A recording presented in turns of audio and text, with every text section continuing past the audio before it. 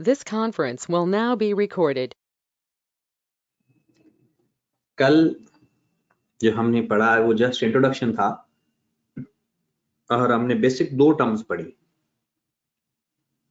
आज हम उन टर्म्स को दोबारा सीखेंगे और उसके बाद आगे चलेंगे। अभी तक मेरे ख्याल में गवर्नमेंट की तरफ से अनाउंसमेंट नहीं हुई, क्योंकि आज मैंने सुना था कि उन्होंने आज डिसाइड करना है कि इदारों को, उन्होंने तालीमी इदारों को रीओपन करने का फैसला करना है या नहीं। तो इसलिए जब तक उनका डिसीजन नहीं आता हम यही समझेंगे कि कॉलेज ओपन नहीं होने, परेशान नहीं होना, वैसे कह रहा। अगर ओपन हो जाते हैं तो बहुत अच्छी बात है और अल्लाह करे ओपन हो जाए। रिजल्ट भी हमारा 12 को है और 7 कॉलेज भी 12 को ओपन हो जाएंगे। एक टिकट पे 2 मजे। और साथ हमने इन केस अगर ऐसा वैसा ना कुछ हुआ, मतलब कि कॉलेज ओपन नहीं होते, तो काइंडली आप लोगों ने ऑनलाइन क्लासेस को ये नहीं समझना कि जनाब हम इस वजह से तैयारी नहीं कर पाए। ये गलत बात हो जाएगी। ऑनलाइन क्लासेस में भी हम पास कर सकते हैं और पास करेंगे भी सही इंशाल्लाह। ठीक है, तो इसलिए ऑनलाइन क्लासेस को अपनी कामयाबी में रुकावट नहीं बनने देना। और इसका तो ये भी है कि मैं आपको रिकॉर्डिंग भी सेंड कर दिया करूंगा कि अगर कोई टॉपिक में प्रॉब्लम आ रहा है तो उसको बार बार सुने उस जगह से। ठीक है, फिर भी कोई समझ लगी तो फिर हम डिस्कस कर लिया करेंगे अगले दिन आके। इसलिए आपने ये हमेशा पहले मेंटली तौर पर अपने आप को प्रिपेयर करें कि जिस तरह के भी हालात हों हमने इसको ओवरकम करना है। ठीक है, चलिए आज, और मैंने पहले भी बताया था कि हमाद भाई ने ग्रुप बनाया है, आप उसमें ऐड हो जाएं। और जो गर्ल्स हैं उनके लिए मैंने खुद ग्रुप बनाया है, वो मुझे ही अपना नाम रोल नंबर सेंड कर दें, मैं उनको ऐड कर दूंगा। और किसी गर्ल को हमने एडमिन भी बनाना है, तो वो मुझे बता दें, ग्रुप में मैसेज करके मुझे बता देना कि किसको बनाऊं। मैं तो दुर्अफशा को बनाने लगा था, फिर मैंने सोचा कि शायद वो इन एक्टिविटीज में ज्यादा ना करती हूँ, तो इसलिए फिर मैंने उनको नहीं बनाया, क्योंकि उनका ही नंबर मेरे पास पहले तो था। तो अब जिसने भी खुशी से ग्रुप एडमिन बनना है तो मुझे बता देना। ठीक है, चले जी बिस्मिल्लाह करते हैं।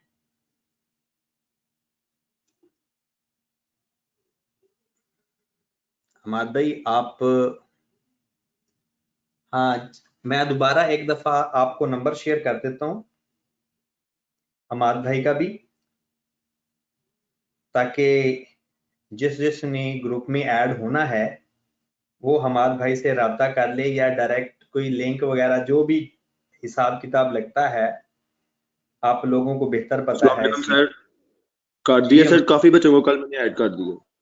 नहीं वो आपको पता है लोगों को तो इतराज रहता ही है, और आप पर तो शुरू से इतराज है लोगों को। चलिए ये हमाद भाई का नंबर है। अच्छा, पिछला ग्रुप आप खत्म कर दो सारे लोग ही, जो पिछला ग्रुप था।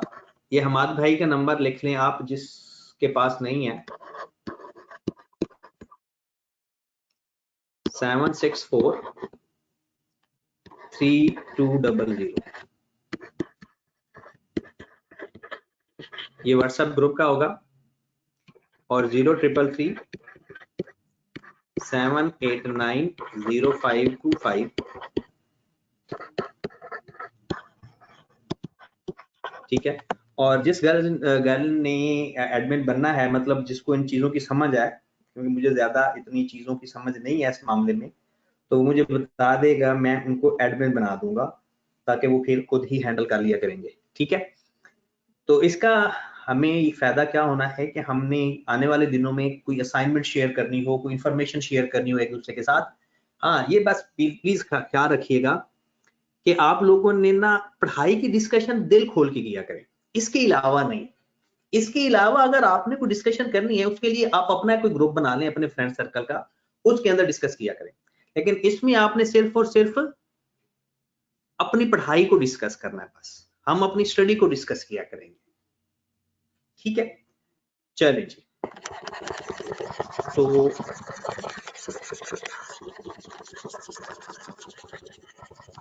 आ जाए। अब हमने अकाउंटिंग की टर्म्स का सीखने की कोशिश की थी, आज वहां से ही आगे कंटिन्यू करते हैं।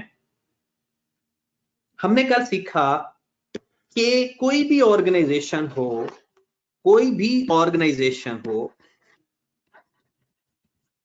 कोई भी बिजनेस हो, मतलब ऑर्गेनाइजेशन को एंटिटी भी कहा जाता है, ये नाम है। ऑर्गेनाइजेशन को एंटिटी भी कहा जाता है। कोई भी ऑर्गेनाइजेशन या बिजनेस ने अगर स्टार्ट होना है तो उसने स्टार्ट होना है कैपिटल से। उसने कहां से स्टार्ट होना है? कैपिटल से। अकाउंटिंग के अंदर जब भी कैपिटल का जिक्र आएगा, अकाउंटिंग के अंदर जब भी कैपिटल का जिक्र आएगा, समझो इन्वेस्टमेंट बाय द ओनर की बात हो रही है। इन्वेस्टमेंट बाय द ओनर, ये बात याद रखनी है कि जब भी कैपिटल का जिक्र आएगा तो इसकी बात कंफर्म होगी कि आप लिखोगे कि ये है investment by the owner. Investment by the owner, चाहे वो कैश की फॉर्म में हो, इन फॉर्म ऑफ कैश, या अदर देन कैश हो। यानी कैश में इन्वेस्टमेंट करेगा तो कैश, और कैश के अलावा करेगा तो हम कहते हैं इन काइंड, उसको हम कैपिटल ही कहते हैं। अब जरा आसानी से समझने की कोशिश करें और देसी अंदाज में हम एक दूसरे से बात करते हैं। जैसे आपने कोई बिजनेस शुरू किया, आपके पास पैसा होगा तो बिजनेस शुरू करोगे ना। तो जितना पैसा और कोई चीज बिजनेस पे लगा दोगे अपनी जाती, अकाउंटिंग में उसको कैपिटल कहते हैं। अकाउंटिंग में उसको कैपिटल कहते हैं। दोबारा एक दफा सुने जरा, दानिश से मुखातिब हो लेते हैं, दानिश आजम से। दानिश भाई सुने जरा, आपने क्यूएम में बहुत ज्यादा सवालात पूछे थे, अब हमारी बारी है सवालात पूछने की। आप एक बिजनेस शुरू करते हो, आप एक बिजनेस शुरू करते हो, बस 1 मिनट मुझे दें, मैं एक छोटी सी कॉल ले लूं, सिर्फ 1 मिनट दें।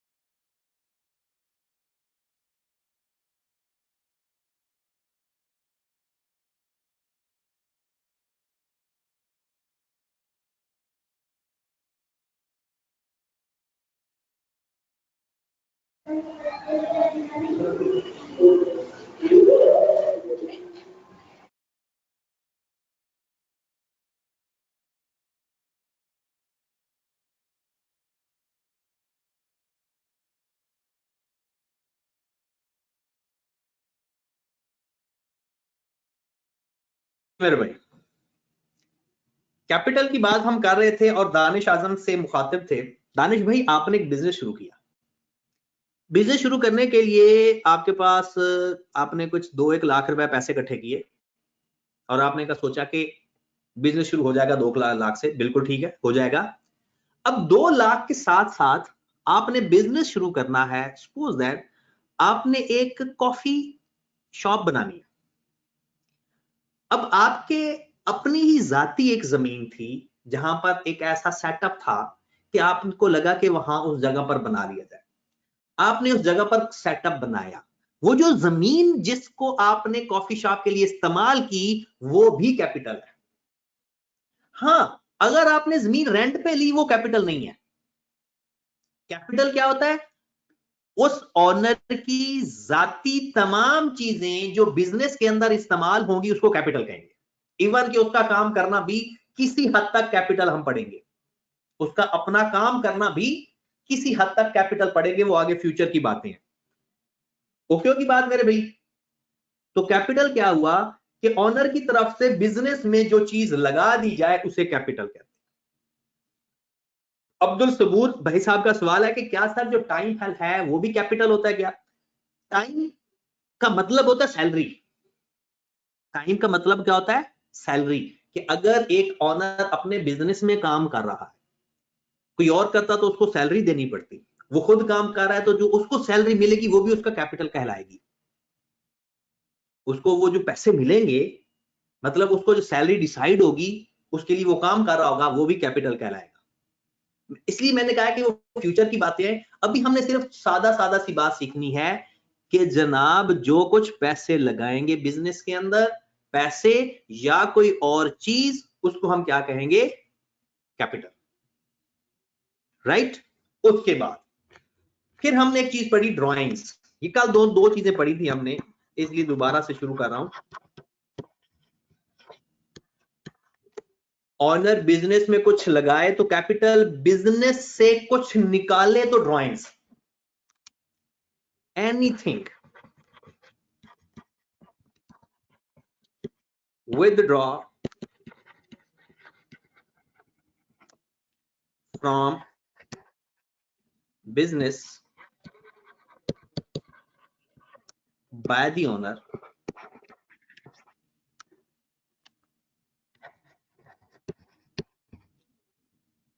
for personal use।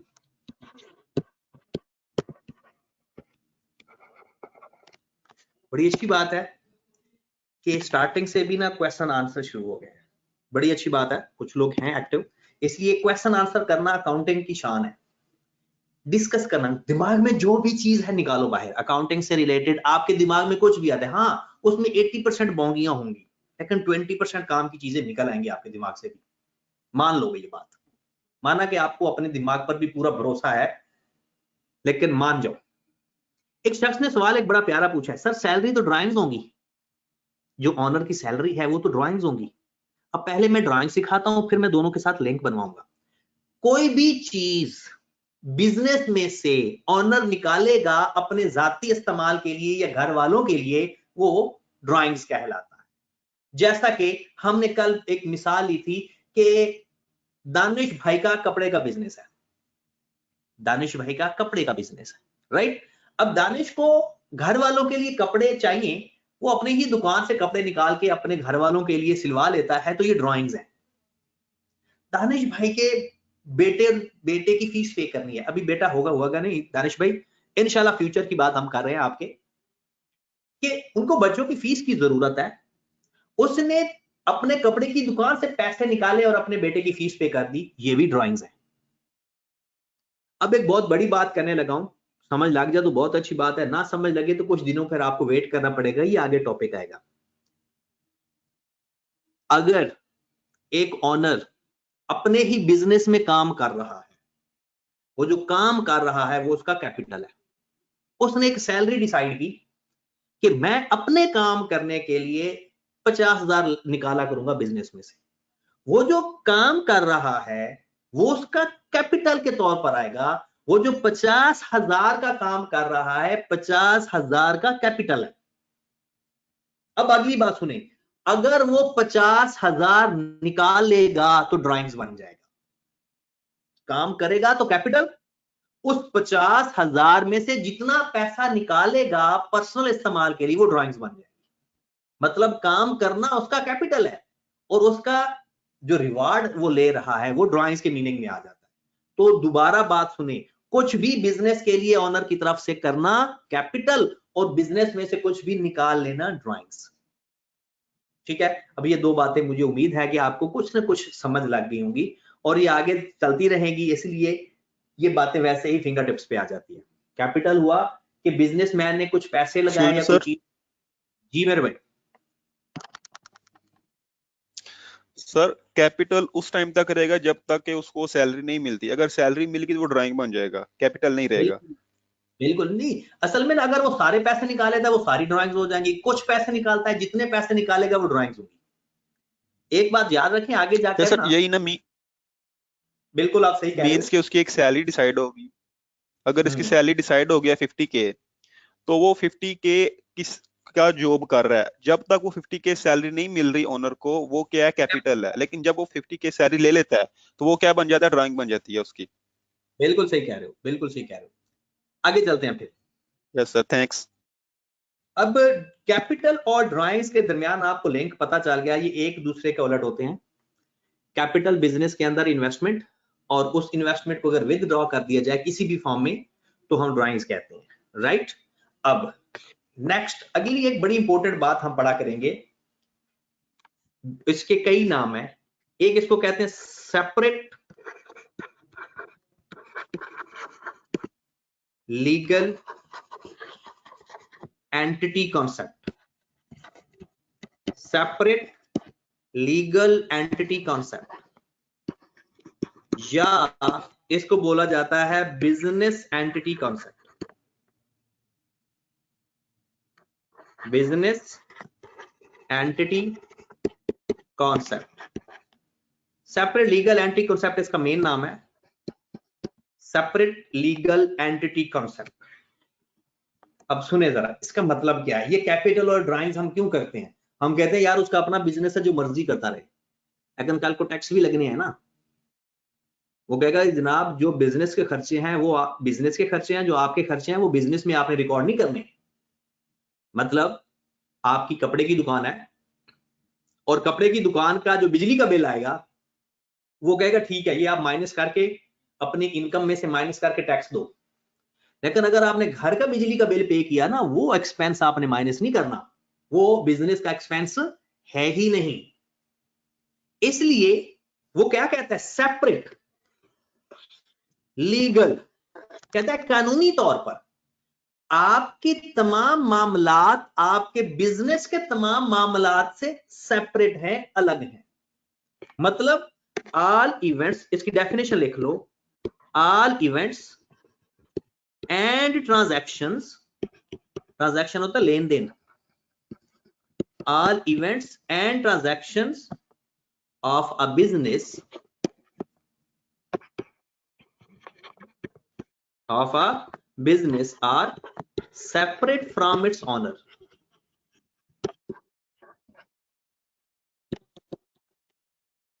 फिर मैं वही बात करूंगा, हम बुक्स बनाते हैं बिजनेस की, हम किसकी बुक्स बनाते हैं, बिजनेस की, उस ऑनर की बुक्स नहीं बना रहे होते।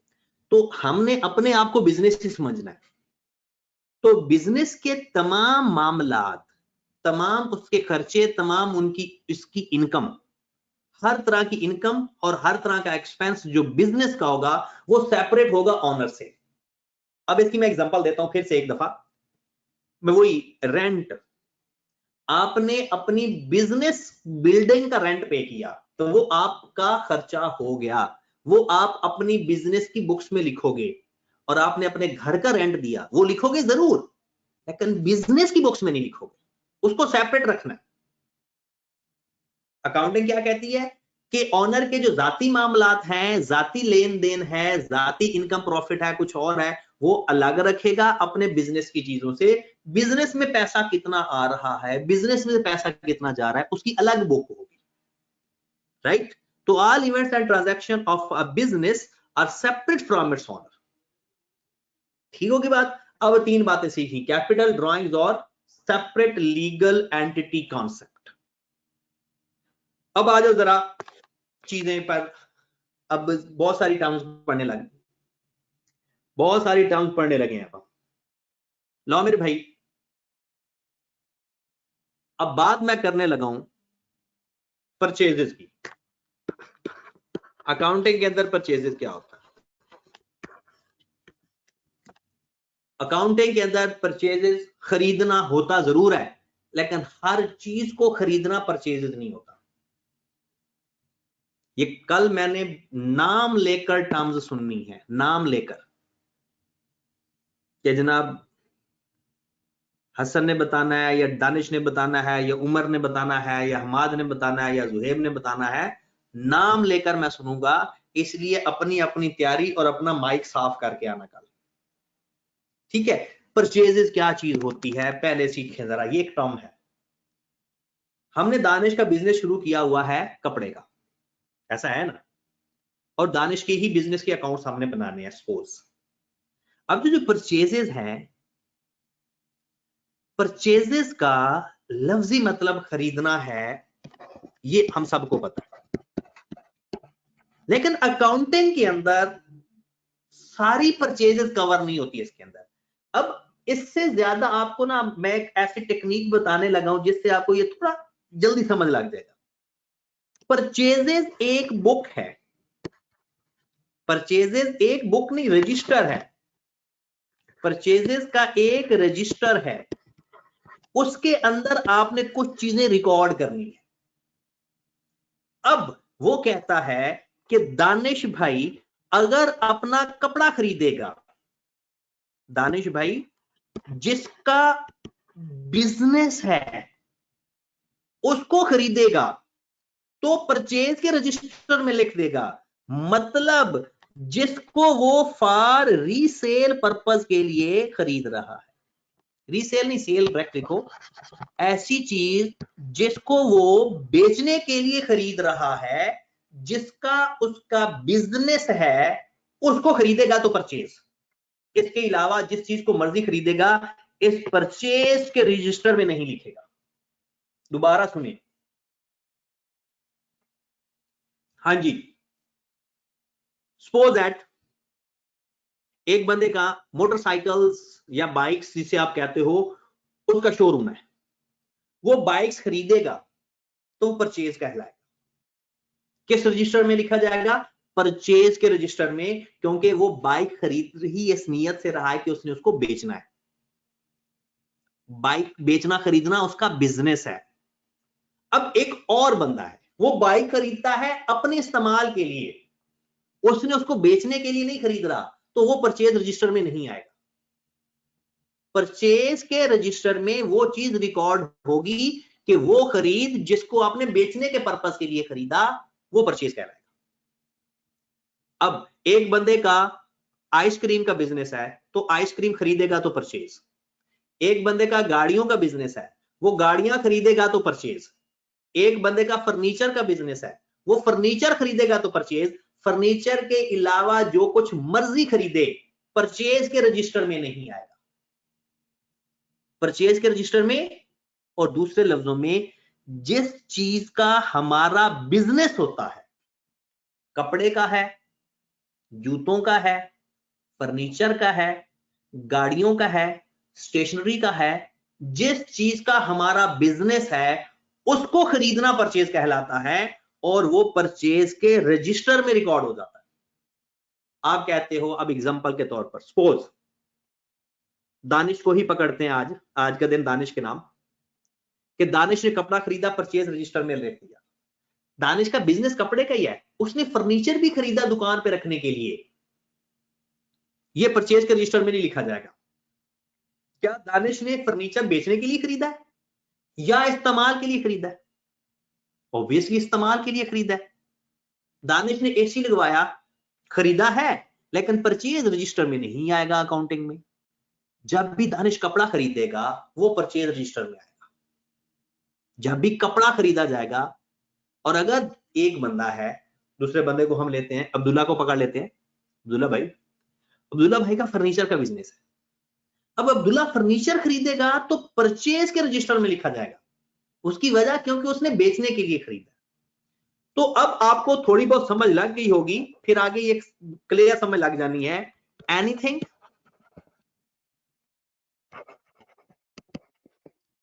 Purchase for sale purpose, purchase for sale purpose, जिसको आपने बेचने के लिए खरीदा है वो परचेज के रजिस्टर में आएगा। इसके अलावा कोई चीज परचेज के रजिस्टर में नहीं आएगी।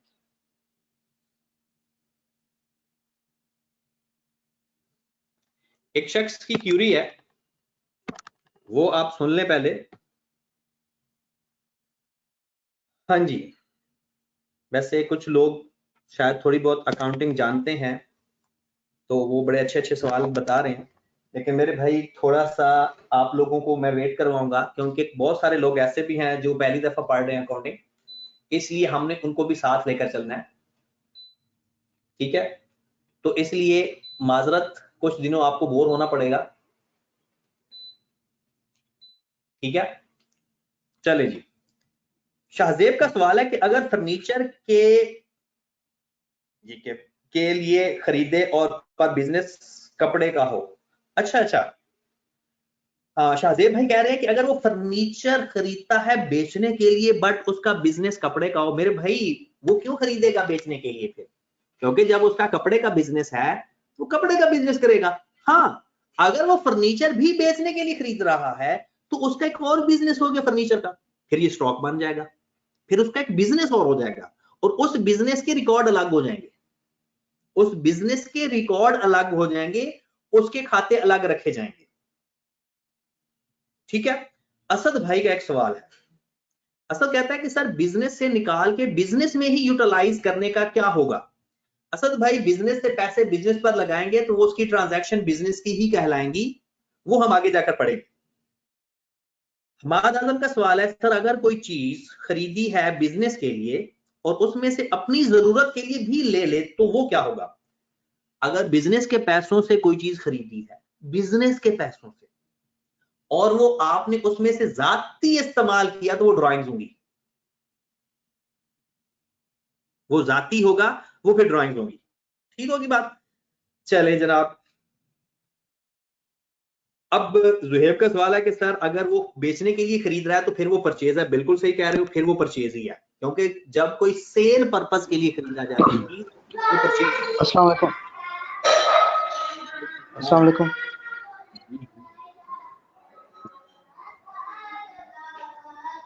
जुबैर भाई, आप ना पहले बच्चों को दूर करें फिर सवाल पूछें। कुछ एक मिनट। सर जी मेरा क्वेश्चन ये था कि आप जिस तरह से बता रहे हो परचेज में खरीदना होता है, और अगर वो जो भी हम खरीदेंगे फॉर बिजनेस पर्पस के लिए तो वो हमारा परचेज के रजिस्टर में आएगा। तो अगर एक शख्स बात सुने जुबैर भाई, एक दफा मेरी बात सुन ले। बिजनेस जिसका हमने बेचने के लिए खरीदना है वो परचेज के रजिस्टर में आएगा, वो बेचने के लिए खरीदना। अब आगे चले सर, अगर वो मीन के अपने बिजनेस में मीन के जिस तरह आप बता रहे हो फर्नीचर लेता है, लेकिन वो बेचने के लिए पर्पस के लिए नहीं है, फॉर सेल के लिए नहीं है, जस्ट वो एक फॉर्मेलिटीज जितनी भी बिजनेस की करने की होती है तो वो कर रहा है अपने एक डेकोरेशन के लिए। लेकिन अगर वो अपनी ही दुकान में वर्कर्स रखता है। हाँ जी सर, आप सुन रहे हो? हाँ जी सुन रहे हैं, बताएं आप, आवाज आ रही है। अगर वो वर्कर्स रखता है बिजनेस के लिए कि वो उसके साथ लेबर मीन के, तो फिर उसको जो वो पैसे देगा वो फिर ड्राइंग में आएगी या इन्वेस्ट कैपिटल में आएगी? वो तो क्योंकि बहुत आगे चले। अगर वो अपने लिए लेता था पैसे निकाल रहा है, अगर वो लेबर खुद भी ओनर काम कर रहा है तो अपनी भी वो निकालेगा, तो वो आपने कहा वो ड्राइंग में आएगा। अगर वो उनको दे रहा है, वो बिजनेस में नहीं है, वो तो फिर आप बताइए इस बारे में। जवाब देने लगा हूं मेरे भाई। अगर वो बिजनेस के लिए काफी सारे वर्कर रखे जाते हैं, वो उनकी सैलरी होगी, वो उनकी वेजेस होंगी, वो आगे हम पढ़ेंगे। अभी हम एक छोटी छोटी बातें कॉन्सेप्ट डिस्कस कर रहे हैं, सिर्फ परचेज को डिस्कस कर रहे हैं, बाकी ढेर सारी बातें पढ़नी है। ठीक है, तो वो उसकी सैलरी में आएगा, वेजेस में आएगा, आगे रेंट होगा, रिपेयर होगा, बहुत सारी चीजें आगे आ रही है। ठीक है, उस्मान भाई कह रहे हैं कि सेपरेट एंटिटी कॉन्सेप्ट समझा रहे हैं। उस्मान भाई ये बात की थी कि आपने जितने भी अपने जाती काम हैं वो अपने बिजनेस के रिकॉर्ड से अलग रखने हैं, अपने जाती मसाइल, अपने जाती ट्रांजैक्शंस बिजनेस की ट्रांजैक्शन से सेपरेट रखनी है। ठीक है, अब आ जाओ जरा, परचेज को हमने थोड़ा सा डिस्कस किया, इसको दोबारा फिर भी डिस्कशन में आएगा। ये आगे चलते हैं, सेल की बात करने लगे। सेल्स की बात करने लगा हूं। दानिश ने कपड़ा खरीदा तो परचेज, दानिश कपड़ा बेचेगा तो सेल। ये तो बात आपको आसानी से समझ लग जाएगी मेरे भाई। अगर दानिश कपड़ा खरीदेगा तो परचेज, कपड़ा बेचेगा तो सेल। दानिश कपड़े के अलावा कोई और चीज बेचेगा वो सेल के रजिस्टर में नहीं आएगा। अब जरा ध्यान से बात सुने, अब आपको क्लियर हो जानी है सारी चीजें। ये भी एक रजिस्टर का नाम है।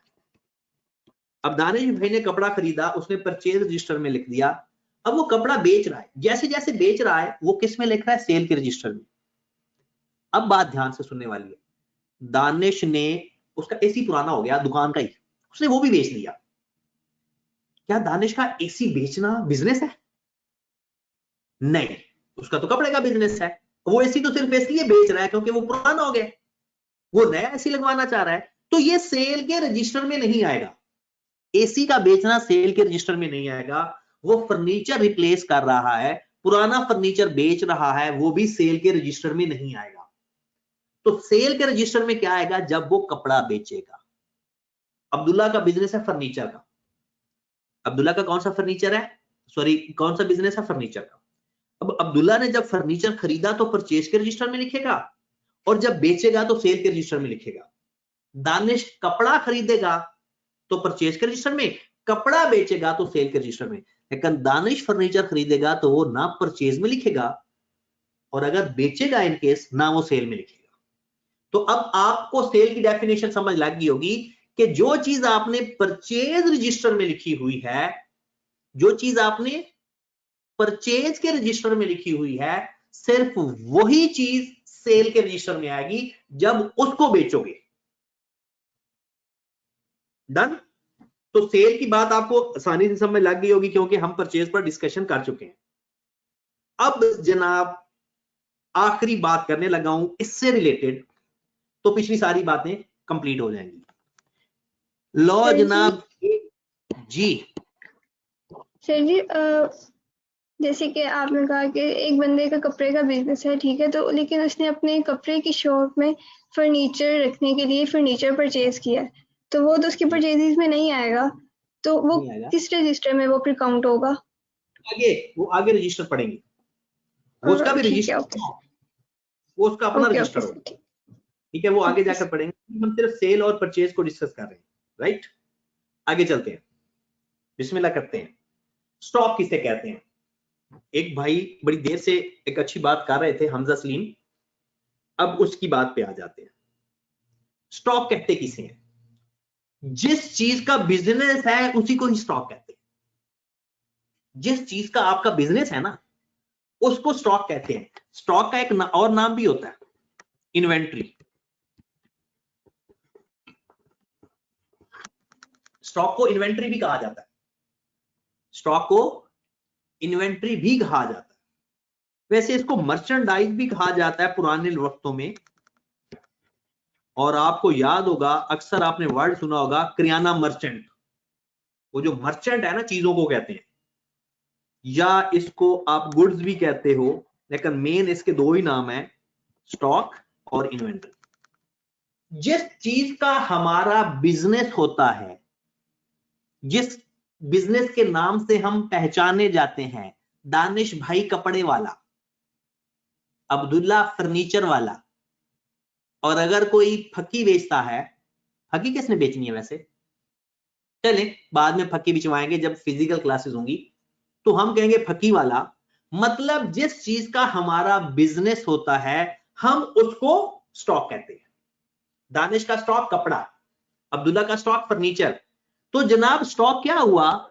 जिस चीज का हमारा बिजनेस है, main ordinary course of business कहते हैं। क्या बोलते हैं इसको? क्या है? ऑर्डिनरी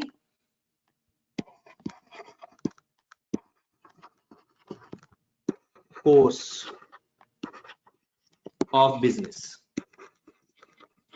जो हमारा रूटीन का काम है उसको।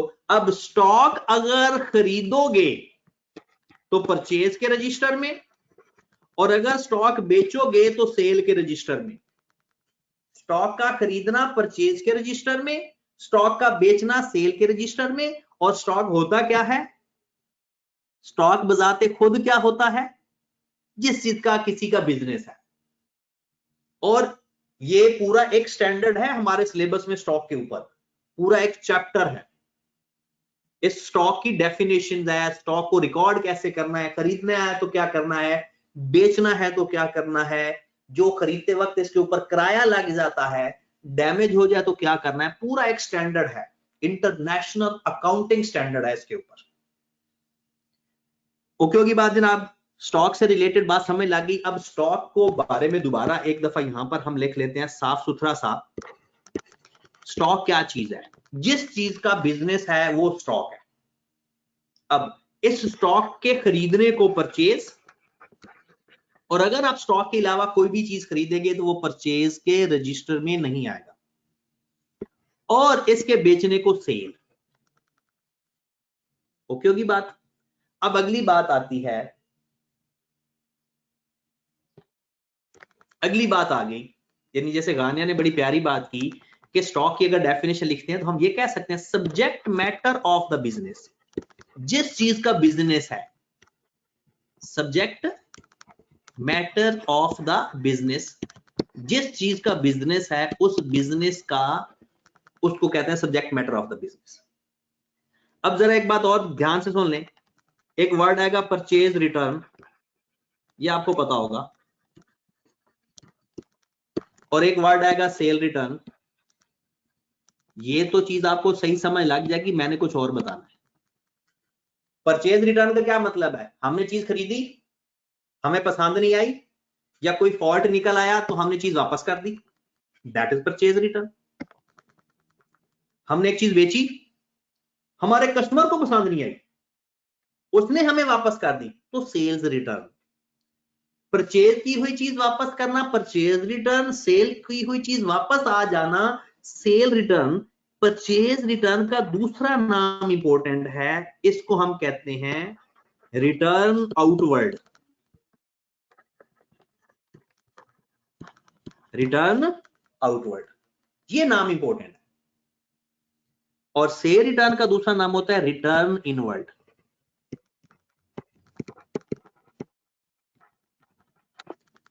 कितने लोगों को समझ लग गई है इसके दूसरे नाम की? एक तो समझ होती है ना कि लफ्ज की लिखी हुई समझ लग गई, एक ये है कि वाकई इस बात की रिटर्न आउटवर्ड, जब चीज हम खरीदते हैं तो हमारे स्टॉक में आ जाती है, और जब हम इस चीज को वापस कर देंगे तो हमारे स्टॉक से आउट हो जाएगी। जब चीज खरीदी हुई हम वापस कर दें तो वो हमारे स्टॉक से आउट हो जाएगी, इसलिए परचेज रिटर्न को कहते हैं रिटर्न आउटवर्ड। और सेल की हुई चीज जब वापस आएगी तो वो हमारे स्टॉक में इन होगी, हमारे स्टॉक में इन होगी, तो हम उसको कहते हैं रिटर्न इनवर्ड। लो मेरे भाई, हमने मेन 3 बातें सीखी। स्टॉक क्या चीज होता है, किसी भी जिस चीज का बिजनेस है वो हमारा स्टॉक है, और ये आपकी जान नहीं छोड़ेगा सारी जिंदगी अकाउंटिंग के अंदर। इवन के जब आप फर्म के अंदर ऑडिट करने जाओगे तो सबसे ज्यादा लोगों को स्टॉक टेकिंग के लिए भेजा जाता है। स्टॉक टेकिंग का मतलब क्या है कि जाकर देखकर आओ कि जितना उन्होंने बुक्स में स्टॉक लिखा हुआ है उतना उनके पास पड़ा भी है या नहीं। तो सपोज है दानिश का ऑडिट करने आएगी कोई टीम, सीए चार्टर्ड अकाउंटेंट आ गए, दानिश ने लिखा कि जनाब उसके पास जो स्टॉक पड़ा है वो 50,000 का है या 5 लाख का है। चार्टर्ड अकाउंटेंट आएंगे, वो चेक करेंगे कि वाकई जितना उसने कपड़ा रखा हुआ है 5 लाख का है भी सही या नहीं, और वो टेस्ट लगाते हैं कि क्या इसने कोई स्टॉक ऐसा तो नहीं रखा हुआ जो आउट ऑफ फैशन हो गया है। वो ये सारी चीजें आकर देखते हैं, और वो देखते कौन है? ये जो सीए इंटर करके नए नए गए होते आर्टिकल के दौरान, वो जाकर देखते हैं। तो इसलिए स्टॉक का पूरा स्टैंडर्ड हम पढ़ के जाते हैं। आगे जनाब और इंपॉर्टेंट टर्म, मैं जो अभी टर्म लिखने लगा हूं, अभी मैं जो टर्म लिखने लगा हूं, इस बेचारे के साथ बड़ा जुल्म हुआ है पाकिस्तान के अंदर आके। उसकी क्या वजह है? मैं वर्ड लिख देता हूं, डेटर्स। पहला जुल्म, इस टर्म के साथ ये DEB लिखा हुआ है, DEB, ये बी लिखा हुआ है। पहला इसके साथ जो जुल्म हुआ कि इसको मेरे जैसे अंग्रेज डेब्टर पढ़ते हैं, जो कि गलत है। क्या पढ़ते हैं? डेब्टर। इसमें बी साइलेंट है, इसमें बी साइलेंट है, तो ये पढ़ा जाएगा डेटर्स। क्या पढ़ा जाएगा? डेटर्स। बी साइलेंट है, तो किसी ने इसको डेब्टर नहीं पढ़ना, बल्कि डेटर्स पढ़ना है। दूसरा, पाकिस्तान में आकर इसका जुल्म क्या हुआ इसके साथ? दूसरा जुल्म हुआ कि जैसे ही पहले हम जो फॉलो कर रहे थे वो यूके की अकाउंटिंग को फॉलो कर रहे थे, वहां पर इसे डेटर्स ही बोला जाता है। फिर हम यूके को फॉलो करना छोड़ गए, फिर हम अमेरिकन चीजों को फॉलो करने लग गए। वहां पर डेटर्स का एक और नाम होता है, अकाउंट रिसीवेबल कहते हैं। अमेरिका के अंदर अमेरिकन अप्रोच के अंदर डेटर को ही अकाउंट रिसीवेबल कहते हैं। अकाउंट का मतलब होता है खाता। अकाउंट का क्या मतलब होता है? खाता, खाता रखते हैं जो। और रिसीवेबल का मतलब है जो पैसे रिसीव करने हैं। अब इसके कोई और 2-3 नाम हैं, वो मैं लिख देता हूं, फिर इस डेटर्स को डिस्कस करते हैं। लो मेरे भाई, इसको ट्रेड रिसीवेबल भी कहा जाता है, ट्रेड रिसीवेबल। इसको सन्ड्री डेटर भी कहा जाता है, सन्ड्री डेटर, एक ही बात है। सन्ड्री डेटर्स का मतलब है मुख्तलिफ डेटर्स। इसको ट्रेड डेटर भी कहा जाता है। यानी ये मुख्तलिफ नाम हमारी बुक में इस्तेमाल होंगे तो बात एक ही हो रही होगी। मेन इंपॉर्टेंट इसके 2 नाम है, डेटर्स और अकाउंट रिसीवेबल। डेटर्स और अकाउंट रिसीवेबल। अब हम सबसे पहले रिसीवेबल किसे कहते हैं, मैं सिर्फ इतनी बात बताऊंगा। सबसे पहले रिसीवेबल किसे कहते हैं? रिसीवेबल हर वो बंदा जिससे बिजनेस ने पैसे लेने हैं। रिसीवेबल किसे कहते हैं? हर, अब हम क्योंकि बिजनेस की बातें कर रहे हैं सारी की सारी, हर वो बंदा जिससे बिजनेस ने पैसे लेने हैं उसको डेटर्स कहा जाता है या अकाउंट रिसीवेबल कहा जाता है। हर वो बंदा, ये बात लिखनी नहीं है अभी आपने, किसी ने भी नहीं लिखनी है। हर वो बंदा जिससे पैसे बिजनेस ने लेने हैं बिजनेस की बुक्स में से, उसको हम क्या कहते हैं? रिसीवेबल्स। अब मैं जरा इसको डिटेल में डिस्कस करने लगा हूं, जरा ध्यान से देखना। दानिश को ही ले लेते हैं। दानिश ने अपना कपड़ा उधार पे बेचा। दानिश ने सोल्ड स्टॉक, स्टॉक इसका कपड़ा ही है ना। Danish sold stock on credit to mister Zubair. कितने का? ₹4,000। Danish sold stock on credit to mister Zubair ₹4,000। इसका लफ्जी मतलब पता क्या है? इसका लफ्जी मतलब पता क्या है किसी को? कि दानिश ने 4,000 का उधार पे कपड़ा जुबैर को बेचा है। बात समझ लगी? अब इस दानिश ने इस जुबैर को किस रजिस्टर में लिखना है? अकाउंट रिसीवेबल के रजिस्टर में। किस रजिस्टर में लिखना है? वो जो रजिस्टर होगा वो रजिस्टर होगा अकाउंट रिसीवेबल का या डेटर का। अकाउंट रिसीवेबल या डेटर का।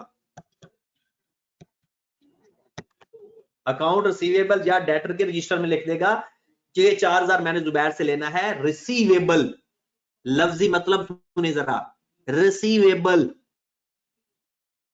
बात समझ लगी ना? तो रिसीवेबल जब लिखेगा तो उसके रजिस्टर में जब भी उसने अपने रिसीवेबल देखने हो तो वहां पर जुबैर का नाम लिखा होगा कि 4,000 उसने देना है। इससे भी ज्यादा इंपॉर्टेंट बात अब जरा दिखाने, मैं आपको लिखने लगा हूं। दानिश ने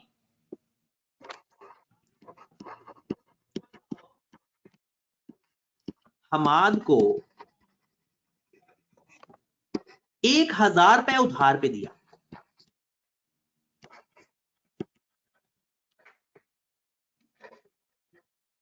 एज अ लोन। अब दानिश ने जुबैर से भी 4,000 लेना है और हमाद से भी 1,000 लेना है।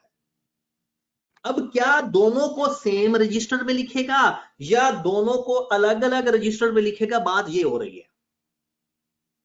बड़ी प्यारी बात है, अब जरा देखना तो सही। तो ये जो हमाद से पैसे लेने हैं ये अकाउंट रिसीवेबल में नहीं लिखे जाएंगे, हालांकि ये भी रिसीवेबल है, ये भी है रिसीवेबल, लेकिन ये अकाउंट रिसीवेबल में नहीं लिखे जाएंगे, ये अकाउंट रिसीवेबल में नहीं लिखे जाएंगे। तो फिर इसको लिखेंगे कहां पर, उस रजिस्टर का नाम क्या होगा, अदर रिसीवेबल, अदर रिसीवेबल। लो मेरे भाई, इसकी निशानी कौन बताएगा? अब कोई खातून बताएगी, क्योंकि आज खातून ज्यादातर खामोश बैठी हैं। जी कौन बताएगा? मैं बताऊं? हाँ जी बताएं, आप दोनों में फर्क बताएं।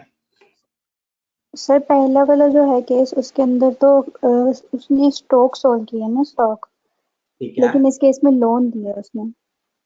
ओके ठीक है, एक फर्क ईशा पता चल गया। अब दूसरा कौन बताएगा? आपने बिल्कुल ठीक बताया, उमैजा। उमैजा आप बताओ क्या फर्क है दोनों में? एक को मैंने कहा है कि अकाउंट रिसीवेबल में लिखना है, दूसरे को कहा मैंने अदर रिसीवेबल में लिखना है। ये फर्क मेन क्या है, बेस क्या है फर्क की? उमैजा अगर मेरी आवाज आ रही है आपको तो बताएं। जी सर सुन रही हूँ। जी जी बताएं फिर। सर वो रिसीवेबल में हम इसलिए रखेंगे क्योंकि वो हमने जो स्टॉक दिया है उसके बदले में हमने लेने हैं, लेकिन जो गुड, दूसरे हम लोगों ने 1000 रुपीज दिए हैं वो एज अ लोन दिए हैं, तो वो ग्रेट, उस स्टॉक में नहीं आता, स्टॉक रिलेट में नहीं है। बिल्कुल। एक और ने भी बताया है कि जो 4000 है वो बिजनेस के लिए है और जो 1000 है वो अदर देन बिजनेस के लिए है। ये भी बात मैं बताता हूं। उसके बाद हम किसने बताना है? अब जरा सुन ले, चले सुन ले, मैं ही बता देता हूं अब, क्योंकि ढेर सारे लोग एक्टिव हो गए माशाल्लाह, तो इसलिए नहीं, एक दफा मुझे महानूर से भी पूछना है। महानूर आप बताएं, आपको फर्क पता चला? महानूर,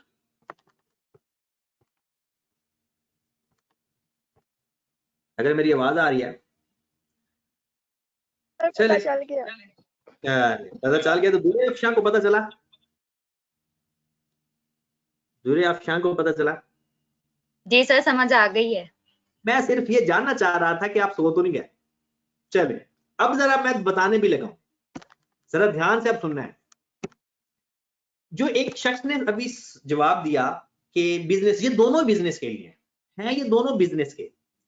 दानिश अगर स्टॉक उधार पे बेचे, मतलब सेल क्रेडिट पे करे, तो वो आएगा डेटर के अंदर या अकाउंट रिसीवेबल के अंदर। इसके अलावा बिजनेस का कोई और रिसीवेबल है, यानी अगर स्टॉक उधार पे बेचेगा तो अकाउंट रिसीवेबल, इसके अलावा अगर वो बिजनेस के पैसे उसने किसी से लेने हैं तो वो अदर रिसीवेबल। जैसे कि मैं एग्जांपल देता हूं, दानिश ने अपनी दुकान का एसी भी उधार पे बेच दिया, दुकान का एसी, बिजनेस का एसी, दुकान का एसी उधार पे बेच दिया, तो वो अदर रिसीवेबल में आएगा, क्योंकि एसी का तो उसका बिजनेस ही नहीं है। हाँ, अगर उसका एसीओ का ही बिजनेस होता तो एसी का बेचना भी अकाउंट रिसीवेबल में आता। वर्ड है अकाउंट रिसीवेबल या डेटर, अदर रिसीवेबल। इसको अदर डेटर नहीं कहते क्योंकि अदर डेटर कोई लफ्ज ही नहीं है, अदर रिसीवेबल्स का लफ्ज है। तो अब जरा आखिरी बात मैं करने लगा हूं, फिर अगले टर्म पे जाते हैं। डेटर या अकाउंट रिसीवेबल वो लोग हैं जिससे बिजनेस के पैसे लेने हैं, और वो कौन से लोग हैं जिसको वो उधार पे, अक्सर ये बात आम किराना मर्चेंट वाले भी कर रहे होते हैं। दानिश जिस जिस बंदे को उधार पे कपड़ा बेचेगा उस बंदे को अकाउंट रिसीवेबल के रजिस्टर में लिखेगा। इसके अलावा भी अगर उसने बिजनेस के पैसे लेने हैं, जैसे किसी को उसने बिजनेस का एसी बेच दिया, वो तो उसका रूटीन का बिजनेस ही नहीं है, वो अदर रिसीवेबल के रजिस्टर में लिखेगा। कोई उधार पैसे लेकर चला गया, बिजनेस में से आपने दिए, तो भी अदर रिसीवेबल में जाएगा। यानी बिजनेस का पैसा किसी और हिसाब किताब में लेने वाला बनता है तो अदर रिसीवेबल, लेकिन अगर स्टॉक उधार पे बेचकर लेने वाला बनता है तो अकाउंट रिसीवेबल। उम्मीद है ये आपको थोड़ी बहुत समझ लगी होगी, लेकिन अगली बात फिर दोबारा करेंगे तो ये बेहतर समझ लगेगी। अब हम बात करते हैं क्रेडिटर्स की। वही यूके वाले क्रेडिटर बोलते हैं, अमेरिका वाले अकाउंट पेएबल बोलते हैं, और हम दोनों बोलते हैं। जी सर जी, मैंने पूछना था कि उधार पे चीज देने का मतलब ये है कि अभी आपने उसको चीज तो दे दी है लेकिन अभी पैसे नहीं लिए हैं उससे, है ना सर? ऐसे ही होगा ना? तो सर जब वो उसको दे तो देगा तो वो अकाउंट रिसीवेबल में आ जाएगा, लेकिन जब वो उसको पैसे दे देगा तो वो उसकी सेल्स में आ जाएंगे क्योंकि उसने वो अपने परचेजेस नहीं, वो चल गया, वो अगली बात, सेल किया आगे, वो अगली बात है। जब वो पैसे क्या करेंगे, आगे अकाउंटिंग प्रॉपर आप आगे चले गए। फिलहाल हम सिर्फ उस लफ्ज का मतलब सीख रहे हैं बस। बहुत सारे लोग दोबारा पढ़ रहे हैं, बहुत सारे लोग हैं जिन्होंने पहले अकाउंटिंग पढ़ी हुई है, उनको थोड़ी सी बोरियत भी हो रही होगी, लेकिन मैं यकीन दिलाता हूं कि जितनी भी बोरियत होगी तो लेकिन उसमें कोई ना कोई ऐसी चीज आप जरूर सीखोगे जो पहली दफा सीखोगे, कोई ना कोई बात जरूर आएगी। इसलिए अपने आप को इस दिमाग से बिल्कुल नहीं बिठाना कि आपको सब कुछ आता है, ठीक है? कोई ना कोई नई चीज जरूर मैं सिखाऊंगा आपको। क्रेडिटर या अकाउंट पेएबल, क्रेडिटर यूके वाले बोलते हैं, अकाउंट पेएबल अमेरिका वाले बोलते हैं, हम दोनों बोलते हैं, तो फिर सबसे इंटेलिजेंट कौन हुआ, यूके वाले, अमेरिका वाले या हम? ऑब्वियसली। चलो इसमें डिस्कस नहीं करते। हाँ जी, अकाउंट पेएबल, बाकी वही नाम पुराने हैं, ट्रेड पेएबल भी इसको कहा जाता है, ट्रेड पेएबल्स, इसको ट्रेड क्रेडिटर भी कहा जाता है, सारे वही नाम है, सन्ड्री क्रेडिटर भी कहा जाता है।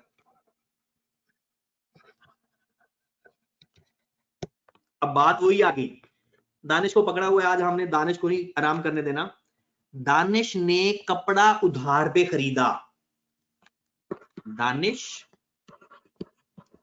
Purchased stock on credit from mister, किस मिस्टर से खरीदना, उमर से खरीद लेते हैं, दे दे पैसे बस। Danish purchase stock on credit from mister Umar, Umar से दानिश ने उधार पे कपड़ा खरीदा 12,000 का। अब दानिश ने, हमने दानिश का बिजनेस संभाला हुआ है, तो दानिश ने इसको एक रजिस्टर में लिखना है, उस रजिस्टर का नाम क्या होगा, क्रेडिटर्स या अकाउंट पेएबल, क्रेडिटर या अकाउंट पेएबल।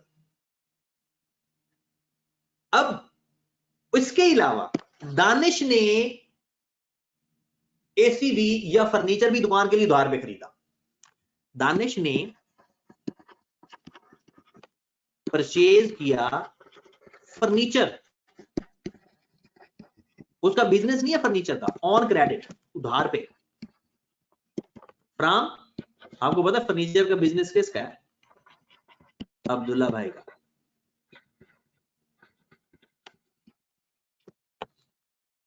कितने का खरीदा फर्नीचर, 20,000। ये जो चीज है ये अदर पेएबल में जाएगी, ये ट्रेड पेएबल में नहीं जाएगी। अब ये बात आपको आसानी से समझ लग गई होगी कि पेएबल, अकाउंट पेएबल क्या होता है और अदर पेएबल क्या है, इन दोनों में फर्क क्या है, या अकाउंट रिसीवेबल और अदर रिसीवेबल में फर्क क्या है। मतलब हम अपना स्टॉक उधार पे खरीदें तो क्रेडिटर या ट्रेड पेएबल, और कोई और चीज उधार पे खरीदें या किसी के पैसे हमारे तरफ देने बनते हैं तो अदर पेएबल है, पेएबल देने पैसे ही है, लेकिन एक छोटे से लफ्ज की वजह से ये कॉन्सेप्ट चेंज हो जाता है। तो क्रेडिटर्स या ट्रेड पेएबल ये हमारे वो लोग होते हैं जिनसे हमने स्टॉक उधार पे खरीदा होता है, और क्रेडिटर्स के अलावा किसी भी बंदे के हमने पैसे देने हैं जिससे स्टॉक ने कोई और चीज खरीदी है, तो वो किस हेडिंग में आएगी, अदर पेएबल की हेडिंग में आएगी, वो ट्रेड पेएबल में नहीं आएगी, राइट। और अगर आप गौर करें आज के लेक्चर पे, जो कि आपने कल चीजें मैंने आपसे पूछनी है, हमने जो चीजें सीख ली हैं वो एक एंटिटी की डेफिनेशन सीखी है। फिर हमने इसमें देखा कि एंटिटी दो तरह की होती है, trading and non trading entity. कुछ लोगों ने कल का लेक्चर नहीं लिया था, तो हो सकता है इनकी डेफिनेशन में प्रॉब्लम आया उनको, तो आपने गूगल करना है। फिर उसके बाद फिर हमने कैपिटल से स्टार्ट किया, यहां से सबने साथ किया। फिर हमने ड्राइंग्स की डेफिनेशन सीखी। फिर हमने सेपरेट लीगल एंटिटी कॉन्सेप्ट सीखा। फिर हमने परचेज को सीखा कि परचेज बिजनेस में किसे कहते हैं, सेल्स किसे कहते हैं, स्टॉक किसे कहते हैं बिजनेस के पॉइंट ऑफ व्यू से। फिर हमने डेटर्स